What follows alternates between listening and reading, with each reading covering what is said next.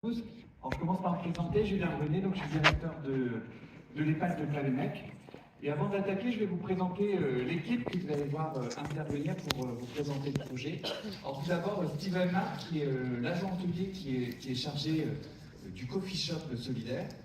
Ensuite, Magali Guyadère, aide-soignante future ASG, qui elle porte, avec sa collègue Sweat qui est dans la salle, la démarche cocooning qu'on va vous présenter également. Troisième intervenant, Madame Christelle Malgand, qui est la cadre de santé, qui met de l'huile dans les rouages dans nos projets.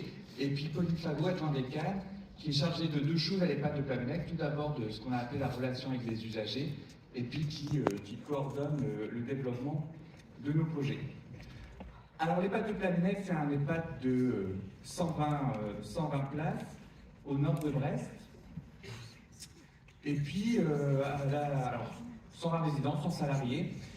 Et à la sortie du Covid, en 2021, on a souhaité mettre en place un projet d'établissement ambitieux, dynamique. Et donc, on a orienté notre développement sur deux grandes transformations. L'ouverture vers domicile. Et donc, en 2022, on a créé un accueil à la journée de 14 places et un portage de repas de 30 usagers. Et puis, en août 2022, on a expérimenté sur un petit service de 11 résidences qu'on a appelé la démarche cocooning. La démarche cocooning, qu'est-ce que c'est? Ce sont deux professionnels dédiés, de Magali, AS que vous verrez tout à l'heure, et Sweat, qui est monitrice éducatrice et qui se forme actuellement à la sophrologie. Deux professionnels dédiés qui restent auprès des résidents du lundi au vendredi. Et puis, le petit dernier de nos projets, fin d'année, en décembre, on a ouvert un coffee shop solidaire, dont on va vous détailler. Donc un coffee shop solidaire, c'est comme son nom l'indique en bon français, un salon de thé, qui fait du snacking, qui est ouvert 7 jours sur 7 de 9h30 à 17h30, et qui est ouvert à tous, aux résidents, aux familles et aux personnes de l'extérieur. Alors pour ceux qui nous suivent un peu sur les réseaux sociaux, vous savez que l'EHPAD de Planenec aime beaucoup les expériences innovantes. Et donc pour vous présenter ces projets, on va vous proposer une expérience immersive et vous allez vivre avec nous notre première réunion de retour d'expérience de nos deux projets.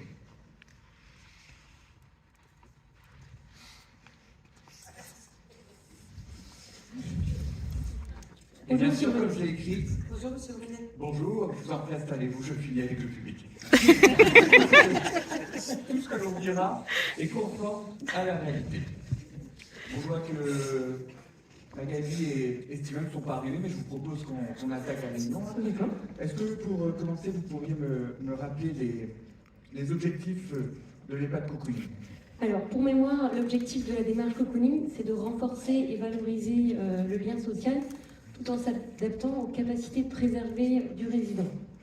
Donc, grâce à la présence supplémentaire d'un agent social qui est présent du lundi au vendredi de 12h15 à 17h30.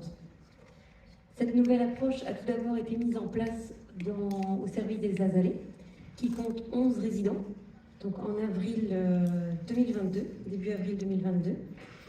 Donc on a fait le choix de d'abord s'occuper des résidents des Azalées, parce que c'est un service qui était isolé architecturalement des autres, et qui aussi, on avait des prises en soins complexes aussi dans ce service. Donc c'est aussi pour ça qu'on a fait ce choix de déployer cette nouvelle démarche-là. Après 5 mois passés, nous avons constaté avec les proches des résidents de réels bénéfices et des bienfaits au quotidien.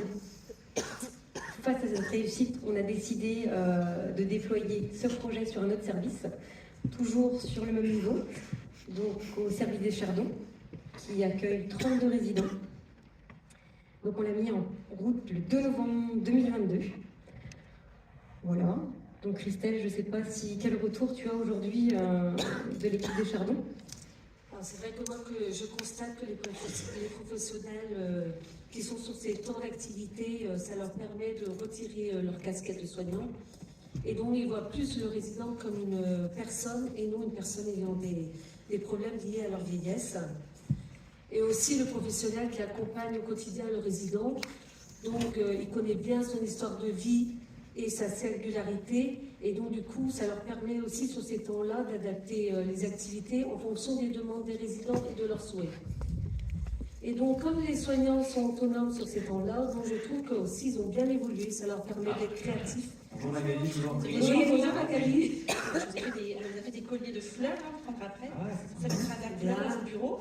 Bon, du coup, Magali, c'est vrai qu'on est en train de faire le point là un peu sur l'ouverture du service de ta démarche cocooning. Est-ce que tu pourrais nous lister toutes les activités que tu as réalisées depuis l'ouverture du cocooning? Donc, on propose du chant. Donc, les chansons qui marchent le mieux, c'est J'entends siffler le train, les chansons d'Edith Piaf aussi. Françoise Hardy aussi, les garçons et les filles, ça ils les connaissent par cœur maintenant. On fait aussi de l'art créatif, donc suivant les saisons et les fêtes, voilà, Pâques, Noël. Donc on va un peu piquer des idées sur Internet, sur Pinterest surtout, et dans les magazines Prima ou des travaux, voilà, on n'est pas décoratrice intérieure, hein, donc on va chipper un peu des idées partout. On fait également des ateliers pâtisserie, donc souvent les résidents nous demandent le gâteau qu'ils veulent faire. Donc on a fait des bûches de Noël, galettes des rois, des choses qu'ils faisaient à la maison et qu'ils ont eu envie de reproduire. Donc ça a eu beaucoup de succès. Ensuite, on a la revue de presse et la lecture de livres documentaires. Donc les livres documentaires, donc c'est des photos en fait, et de paysages. On avait fait ça sur un livre et en fait, ça stimule la fonction cognitive et il y a des mots qui ressortent en fait sur des couleurs qui n'utilisent plus. Il y a des notions de bleu, de vert, vert émeraude, la couleur ocre aussi, c'est pas une couleur qu'on utilise enfin, qu'on nomme tous les jours. Donc ça leur fait vraiment travailler la mémoire. Et sur d'autres photos aussi, il y avait des photos de glaciers. En fait, c'était rigolo parce que certaines personnes voyaient des draps en train de sécher. C'était des glaciers en Alaska, ou voilà, des blocs immenses de glace. Donc certains voyaient des draps en train de sécher et d'autres voyaient des blancs d'œufs battus en neige. Donc il y a eu beaucoup de rigolades entre eux parce que voilà, c'était très sympa. Très sympa. Oui, du coup, c'est vrai qu'on entend beaucoup cette bonne humeur de mon bureau. Là, j'entends souvent les rigolades. Et donc nous proposons aussi des ateliers de mémoire, des quiz, comme par exemple le jeu de mémoire, le jeu de la table. Et sur cette activité, on peut proposer plusieurs degrés de difficulté suivant les résidents présents. Oui, ben l'autre jour, je suis passée quand tu proposais cette activité avec le drap, tu cachais les objets, et je voyais que tu proposais à Yvonne, donc qui est malvoyante. Oui. C'était ton assistante, et puis tu cachais les objets dans sa manche. Et c'est vrai que ça permettait de la faire participer. Elle devenait assistante et du coup elle cachait, voilà, elle a participé à sa façon au jeu. Ensuite, donc Sweat intervient aussi le matin avec un café discussion. Donc au départ, elle avait une dizaine de résidents. Maintenant, sans doute que l'odeur du café amène les résidents parce qu'ils sont plus d'une vingtaine. Donc ça marche très très bien. Elle propose aussi de la gym douce, de la gym tonique, de la relaxation. Et sa formation en sophrologie est aussi un atout. Ensuite, nous proposons aussi des thérapies non médicamenteuses, donc avec le toucher relationnel, visage, main. Bientôt, sur ma formation ASG, nous pourrons proposer relaxation. Relaxation, oui. D'autres techniques de relaxation. Voilà.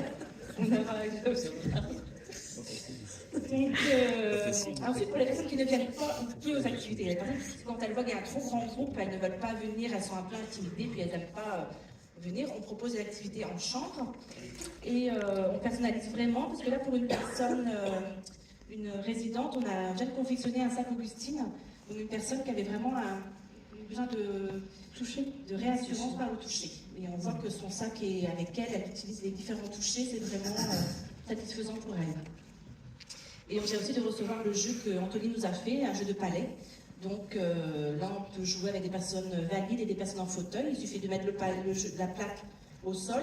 Les résidents en fauteuil font juste tomber le palais dessus, ils marquent des points et voilà, tout le monde joue et c'est valorisant quoi, pour tout le monde. En tout cas, c'est vraiment bien ce que vous faites.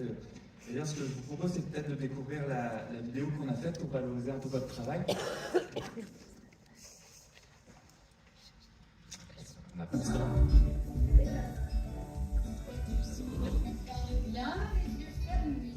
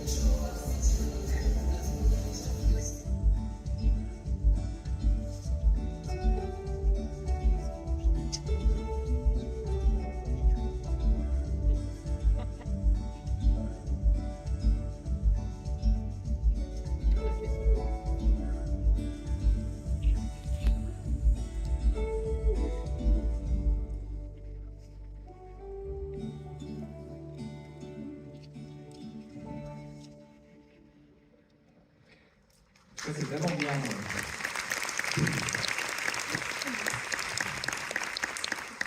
C'est vraiment bien, on voit vraiment que tout le monde s'implique dans la démarche, c'est vraiment bien. D'ailleurs, ça se passe comment le changement de poste? Alors, ça a été compliqué au départ. C'est vrai que les premières nuits, j'ai pas beaucoup dormi. Savoir quelles activités proposer sur une journée de midi à 17h, alors qu'avant on le faisait sur des temps de 20 minutes, c'est quand même autre chose. Puis il faut intéresser quand même un plus grand nombre de résidents. Le plus compliqué aussi, c'était de tenir un agenda, parce que si je voulais faire une activité au restaurant, il fallait que je sois sûre que le restaurant, voilà, l'équipe hôtelière ait fait les sols, voilà, que je ne les embête pas à venir installer mes tables quand c'était pas le moment. Donc c'est vrai que c'était compliqué. J'avais aussi des doutes sur les activités que je proposais au départ, mais là, les résidents sont très francs en fait, et quand il y a quelque chose qu'ils n'aiment pas ou qu'ils veulent modifier, ils le disent très simplement. Donc il n'y a pas de souci. Et j'étais aussi intimidée lorsque les familles venaient parfois voir leurs parents et assister aux activités. Je me demandais s'ils trouvaient pertinent l'activité que je proposais à leurs parents. Donc là, maintenant, j'ai eu aucun commentaire, donc c'est très bien. Et maintenant, j'invite aussi les familles à participer aux activités. L'autre jour, on a une maman et sa fille qui sont arrivées à la fin d'un jeu, le pouce-boule, et en fait, je leur ai demandé de faire une partie l'une contre l'autre, parce que les autres résidents avaient terminé leur partie, et donc elles ont accepté, et c'est la maman qui a gagné, donc elle était très fière de remporter sur sa fille, donc c'était bien. Pour te rassurer, Magali, moi, les retours que j'ai des familles sont très positifs. C'est vrai qu'ils apprécient beaucoup ta présence et celle de Souhaite. Concernant les familles des résidents avec des prises en charge complexes et des familles qui sont demandeuses, avec beaucoup de demandes, beaucoup d'inquiétudes, c'est vrai qu'elles sont beaucoup moins importantes, ces demandes. D'ailleurs, il y a la famille de Josiane qui soulignait que sa maman fume 2 fois moins depuis 3 mois. Et elle pense que c'est grâce au déploiement de l'approche cocooning. Moi, je constate qu'il y a beaucoup d'échanges et de partages. Il y a une belle cohésion de groupe qui s'est créée, en tout cas au service des Chardons. Beaucoup d'entraide, de bienveillance. Et c'est vrai que je remarque aussi qu'il y a moins de sorties non accompagnées. C'est vrai qu'en début d'après-midi, il y avait beaucoup, après le repas, de résidents qui sortaient non accompagnés. Et c'est vrai que je pense que votre présence et le temps occupationnel... Oui, et moi avant j'avais des lettres de contestation de la part d'un résident sur mon bureau tous les semaines pratiquement, et c'est vrai que depuis j'en ai plus du tout, donc c'est vraiment appréciable. Oui, donc ce monsieur, ce résident, maintenant en fait il me fait des fiches d'information. En fait, les résidents proposent des sujets et il me fait des fiches humoristiques ou des fiches techniques si on veut sur des sujets. Il a fait déjà sur les goémoniers, sur les gardes champêtres, et là il est en train de me faire une sur les sourciers. Donc voilà, ça le valorise puisque ces fiches sont lues devant les autres résidents qui participent à cette activité-là. Vous avez aussi valorisé ses maquettes, son modélisme. On avait fait une exposition. Ça, c'était une des premières activités qu'on avait fait. On avait fait une exposition. On lui avait promis de faire une exposition. On n'avait pas le temps avant. Donc, c'était la première activité qu'on a faite, une exposition qui a duré un bon mois. Et les autres résidents et personnels des autres services sont venus. Voilà, il y avait un petit livre d'or que chacun pouvait signer. Bon, c'est vrai qu'on voit qu'ils sont contents. D'ailleurs, les résidents nous ont fait une petite vidéo que je vous propose de découvrir. Oui, pour l'instant, je ne suis jamais dans ma chambre. Parce qu'on vient toujours me chercher pour des animations, des passe-temps. Bien. C'est super, parce que là, on n'a pas le temps de s'ennuyer. L'organisation, ça me fait spécial. On écrit bien, on joue bien, on travaille bien. C'est super. Aujourd'hui, nous sommes été au bal, voir le bal. Ça nous, on ne peut plus danser, mais ça nous occupe, on chante. Ça nous...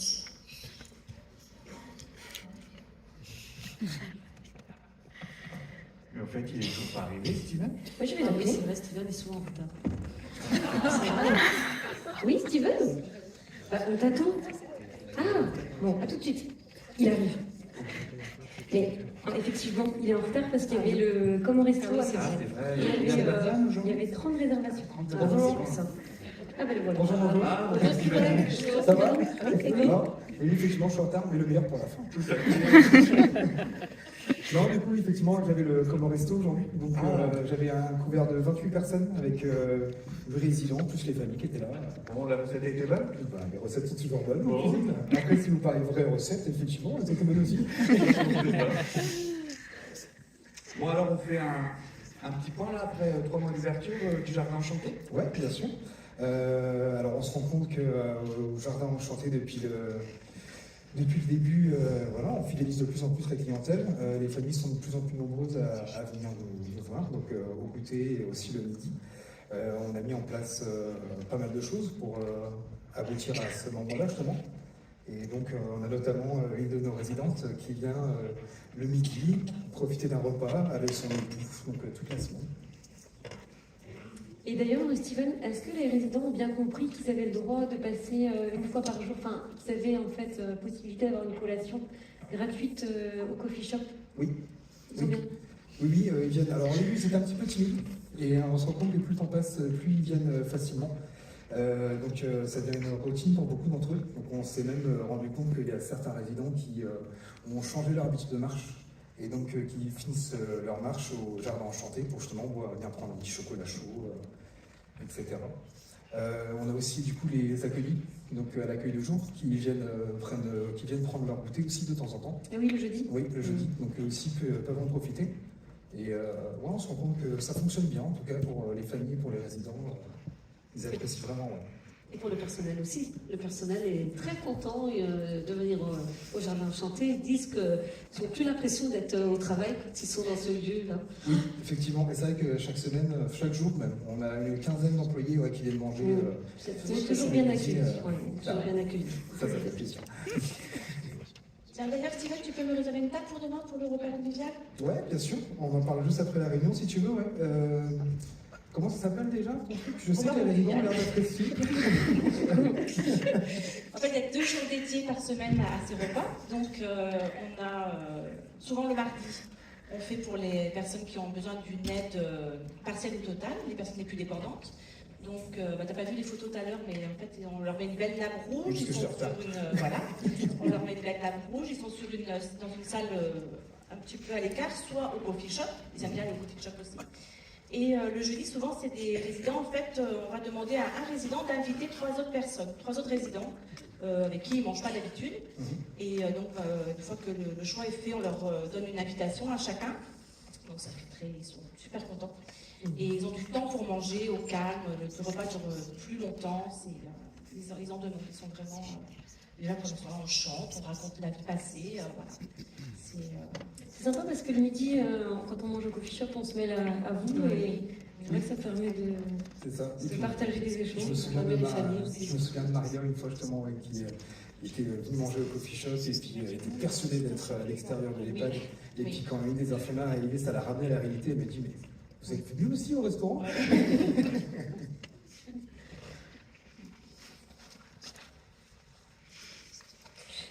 Et Steven, en dehors des repas et des goûters famille, tu peux nous rappeler les activités qui sont proposées actuellement au Jardin Enchanté? Oui, alors on est justement en train de s'agrandir, vraiment beaucoup, là, notamment cette semaine. Donc par exemple, dans quelques semaines, on va proposer un anniversaire pour les résidents et pour les familles du coup. Donc les familles, les résidents vont pouvoir avoir des petits carnets d'invitation qu'ils vont pouvoir envoyer à leur famille. Et donc du coup, on va tout organiser, donc tout ce qui est gâteau, tout ce qui est bougies, tout ce qui est tout ce Photos aussi photos. Pour immortaliser. Voilà, tout ce qui est photos pour immortaliser, etc. Donc la chose qu'on ne fournit pas, c'est les cadeaux. Ça, c'est on laisse les familles s'en occuper. Après, pour ce qui est des week-ends, je sais qu'on aime bien diffuser les matchs de Brest, par exemple. Je sais que les résidents apprécient vraiment de retrouver ce moment-là de convivialité. Et on se rend compte que ça ramène beaucoup de familles aussi. Et des personnes qui n'étaient pas forcément fans de venir voir belle maman, beau papa. Et puis justement, là, on sent qu'ils sont contents de venir. Peut-être parce qu'il y a le match aussi. Mais... il y a quelques semaines aussi, on a fait l'événement crêpes. Donc on avait tablé sur 200 crêpes, finalement on en a fait plus de 600. Et on a même réussi à faire des déçus, puisqu'arrivé à 15h30, on n'en avait plus déjà. À qui dites-vous, mes propres filles qui sont arrivées qu'à 16h Oui, étaient frustrées de l'avoir. C'est ça.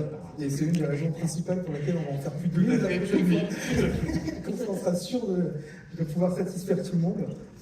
Et alors, le grand événement là, qu'on attend cette semaine, là, c'est le Kid Burger. Ce qu'on propose, c'est le Kid Burger, c'est des produits frais et locaux. Donc, c'est vraiment que du coin autour de Plabennec. Donc, c'est pour 2 personnes. Donc, c'est simple, vous venez chercher, vous rentrez chez vous avec vos burgers, vous le faites à la maison. Et donc, du coup, là, on a vendu 60 kits, donc 120 burgers en tout. Et ça commence là, vendredi de cette semaine. Et demain, on a la chasse aux œufs là, pour les enfants. Donc ça va gambader dans tous les établissements. Là, Ouais, ça va être super. Donc, Isabelle et Cathy sont prêtes? Comment? Isabelle et Cathy sont prêtes? Je te le dirai demain. Bon, et vous, comment vous avez vécu ce changement de poste? Ouais, au début, honnêtement, si on m'avait dit il y a 7 ans en arrivant à la maison de retraite que j'allais devenir commerçant en EHPAD, là, franchement, j'aurais bien rigolé. Mais en tout cas, au départ, ça n'a vraiment pas été simple. Hein. Il a fallu apprendre plusieurs métiers en même temps. Voilà, il a fallu que j'apprenne à démarcher des entreprises, que j'apprenne tout ce qui est au niveau de la petite boutique. Donc, du coup, effectivement, trouver des commerçants avec qui voir. Après, gérer tout ce qui est DLC. Voilà, il y a eu énormément de choses à penser et je me suis senti plus d'une fois débordé. Quoi. Voilà. Tenir une caisse enregistreuse. Tenir la caisse enregistreuse, ça n'a pas été une mince affaire au départ aussi. Mais voilà, ça a été très compliqué au début, mais c'est à la fois aussi très gratifiant parce que du coup, voilà, on sent qu'on est utile dans ce qu'on fait et ça fait plaisir. Quoi. C'est important, c'est un travail de se sentir. Et là, concrètement, qu'est-ce qui fonctionne le mieux aujourd'hui, Steven? Alors là, actuellement, ce qui fonctionne le mieux, c'est quand même voilà, le repas pour les employés, surtout. Il y a aussi le fait que les familles puissent venir manger le week-end maintenant. Voilà, ils peuvent venir, il y a une réserve une semaine en avance et ils viennent manger le week-end, donc on fait les services, justement, bien habillés, c'est bien pour ça que voilà. Et donc ça fonctionne très bien. Et je pense que ce qui est Kid Burger, là, je pense que tous les mois, c'est quelque chose qui a bien marché. Après, on a fait un point sur l'année passée, 2021, sur Comme au Resto. On a servi 200 repas comme au restaurant. C'est bon.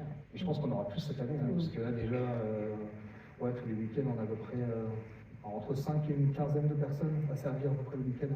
En réservation. En réservation, oui. Sans compter ceux de la semaine, il y a au moins 2-3 familles par semaine qui viennent. C'était une attente de toute façon de la part des familles que ça ouvre le week-end aussi. Hein. C'est ça. On a la chance d'avoir une cuisine, de toute façon, se fait sur place, que avec des produits frais locaux aussi. Donc, voilà, c'est. Bon, vu que le temps tourne et qu'il va falloir conclure, je vous propose qu'avant qu'on puisse découvrir la vidéo qui a été faite pour Jardin Enchanté. Bien sûr.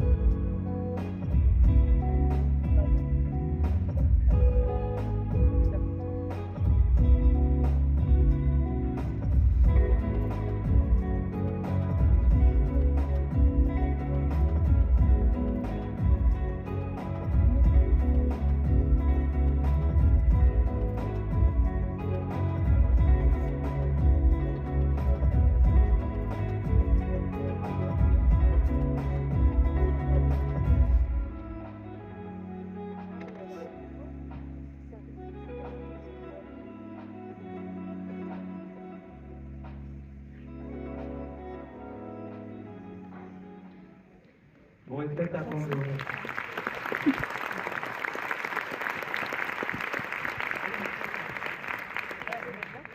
Bon, et pour conclure, qu'est-ce que vous pensez de ces 2 projets, Madame Agan? Moi, je dirais bravo. Hein.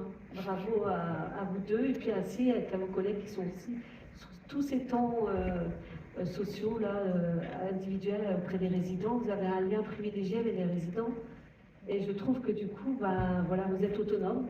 Moi, je ne suis jamais là, il n'y a pas de procédure, il n'y a pas de protocole. Vous êtes vraiment autonome.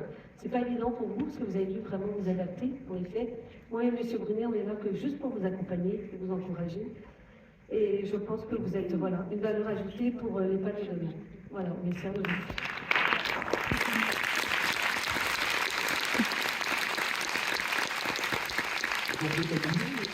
Moi, ce que je dirais, c'est que pour le projet Cocooning, c'est une vraie réussite. C'est vrai qu'il est très apprécié des résidents, des proches et des professionnels aussi, parce qu'on voit que c'est une philosophie, c'est un esprit d'équipe qui s'est créé. J'espère que ça va se créer en tout cas dans l'intégralité de l'EHPAD et qu'on pourra le développer, le déployer rapidement sur tout l'EHPAD. Voilà. Après, les attentes et les envies du résident sont notre priorité pour qu'il soit acteur de son quotidien.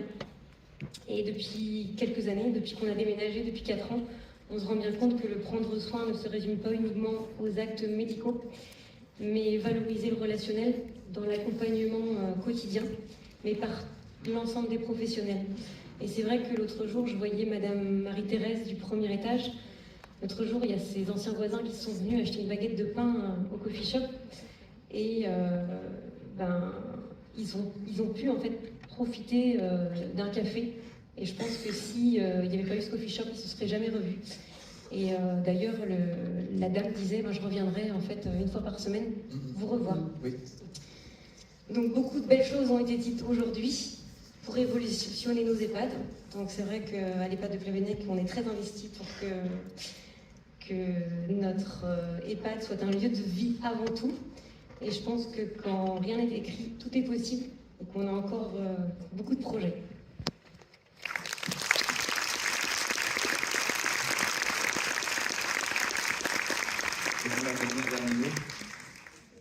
Moi, si je compare mes 2 postes AS et maintenant référente sociale, je ne reviendrai pas en arrière. Je suis à l'aise maintenant sur ce poste. Je me rends compte des bienfaits de toutes ces activités sur les résidents, leur sourire, leur bien-être et leur bienveillance entre eux. C'est des bons indicateurs. Le binôme que je forme avec Swat aussi est un atout. C'est très positif. Nous nous entendons très bien et nous sommes complémentaires. Donc voilà, c'est du bonheur au quotidien.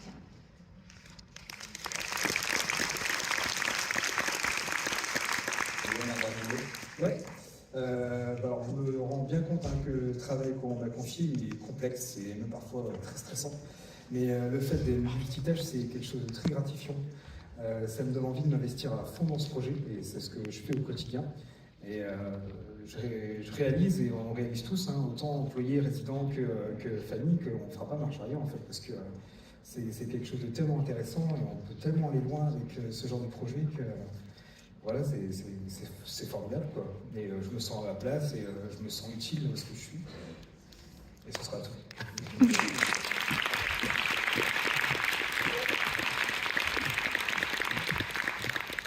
Et moi, pour terminer, je remercie l'ensemble des professionnels de l'EHPAD de Plabennec qui se sont investis dans les projets et dans l'accompagnement quotidien des résidents.